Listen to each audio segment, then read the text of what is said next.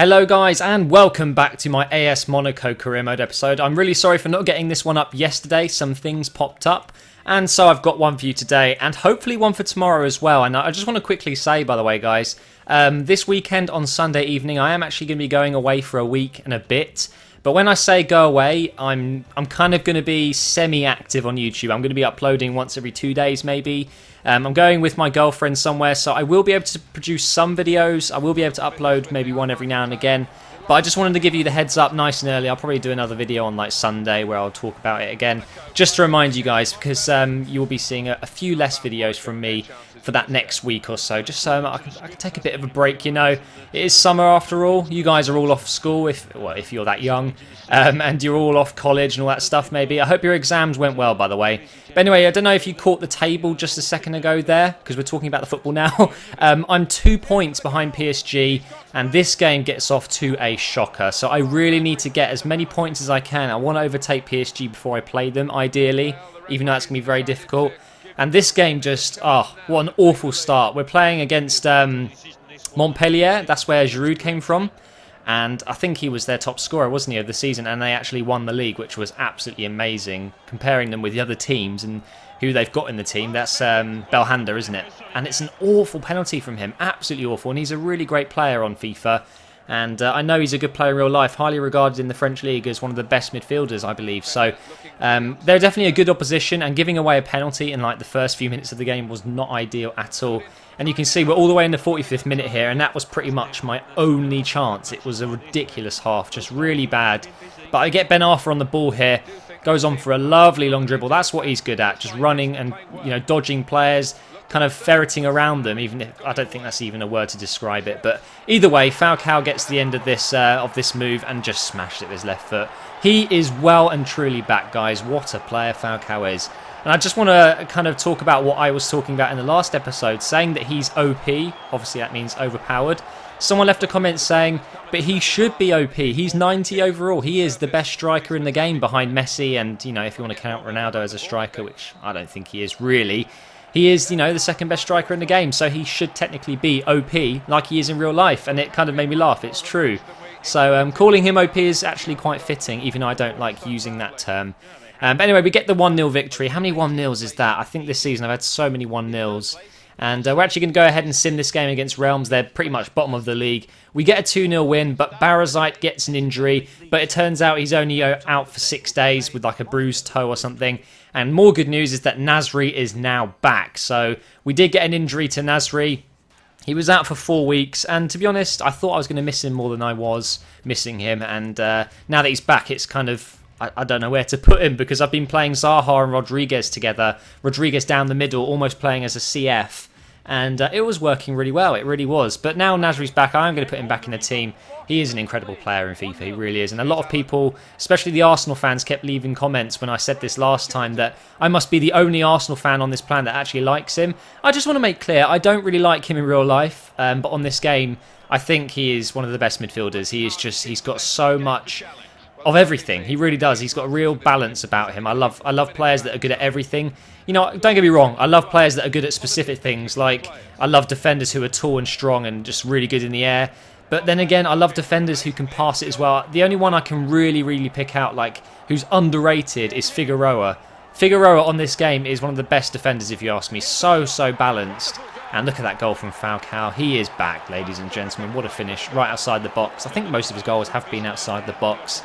But anyway, back to Figueroa. I just want to say, if you haven't used him on Ultimate Team before, seriously, give him a go. He's a bit of a pace-hoary player, I will give you that. Bit of a sweaty player to choose, but he's just so good. If you play him on the left side of your centre-backs, arguably I'd say in a 3-5-2 it would be better, but you can play him as a normal CB. He's not very tall. Falcao, again, what a strike. You will not be disappointed with Figueroa from Wigan. He's brilliant. Just to clarify, he's a Wigan centre-back if you don't know. But again, another goal for Falcao outside of the box. You can't go wrong with that. I love getting Falcao on the ball and just opening his body up like that and just finding that little bit of space, a little pocket of space in the defence and aiming for goal and just doing 2-3 bars of power. It pretty much goes in every time.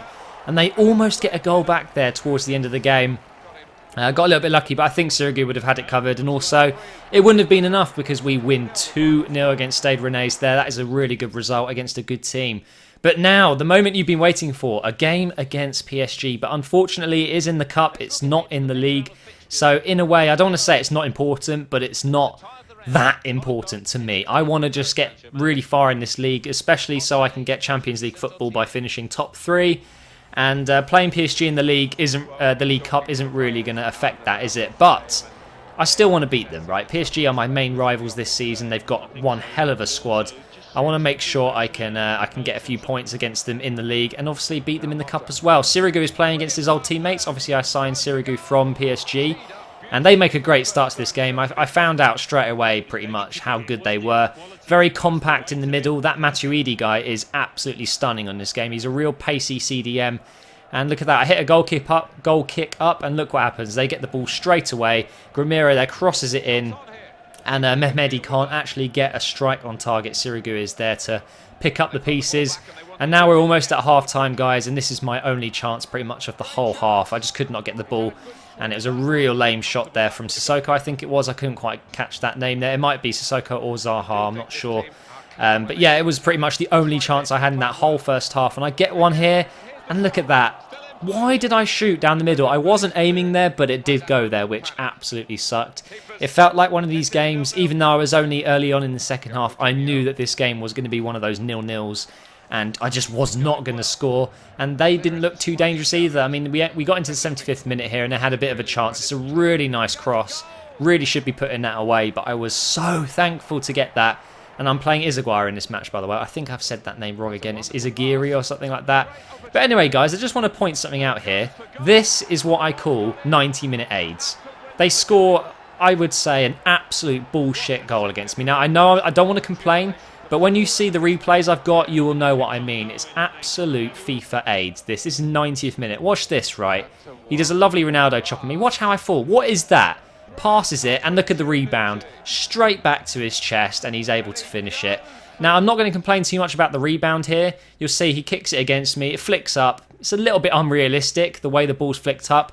But what got me was the way he got past my left back, Izaguirre, whatever. It was really totally completely against physics, against gravity, and it was a little bit of a bullshit goal. And obviously it was in the 90th minute, which meant I didn't have enough time to get back in the game. So we're actually out of the cup, and PSG have got the bragging rights for now. They beat me. Now, I was a bit pissed off. I wasn't in the mood to play against Lille. I knew that I was going to beat them. They're like 14th, which was surprising to me. And we get an easy 4-0 victory there in the simmed match, which is always good to see when you sim a match and get a few goals. My dogs are barking. That is so frustrating when I'm trying to commentate. I can't hear a thing I'm saying when he's barking. He's a real loud dog. I fucking hate him sometimes. Anyway, we're going into the last game of this episode, guys. It's against AS Nancy. I can't quite remember exactly where they were in the league. I'm guessing they were kind of midway, maybe just above midway. Otherwise, I might have simmed this match again. Although it is an away match, and I try not to sim away matches because obviously you are more likely to lose. And I just could not break them down. And they were getting on the attack quite a lot. Lots of counter-attacking play from them here. And my defence is very strong. It seems easy to bypass sometimes, which is a little bit worrying for me. I do find that maybe if I'm playing 4-2-3-1 in attacking, you know, if you use the right and left D-pad to go attacking or ultra-defensive or whatever, if I'm playing on attacking, I just leave so many gaps behind in my defence that it can get a little bit tricky sometimes to stop them running into space. But they didn't get anything from it. And we almost get a lucky break with Nasri here. Tries to outmuscle that defender. But he holds on. He just about holds on. But they kept giving the ball back straight to me. This was like Brazil against Uruguay. They just could not get the ball out of the box. And it just kept coming back to me. And there they finally get it clear, luckily enough. And now we're into the second half, guys. It's still a 0-0. Nothing going on in this match. And then Falcao grabs the ball out here on the right side of their defence. Or their left, I should say. And we pass it to João Moutinho. Is he going to get a cross in? You bet he is. He's going to cross that one right in. But the defender is at the far post, picking up that bit of mess there I produced. But guys, it's not over yet. We're in the 88th minute here. Can we get the winner in the last few minutes? Falcao bursts through defence, hits it with his left foot, and smashes it near post. Good luck saving that one. It's a great finish. And what a way to end the episode. Another 89/90 minute goal for me. How many have I scored this season? I'd love someone to find out for me. If you fancy doing that, that would be incredible. How many goals have I scored in the last few minutes of games? But that's going to wrap it up, guys. Thank you so much for watching. I should see you tomorrow for another episode.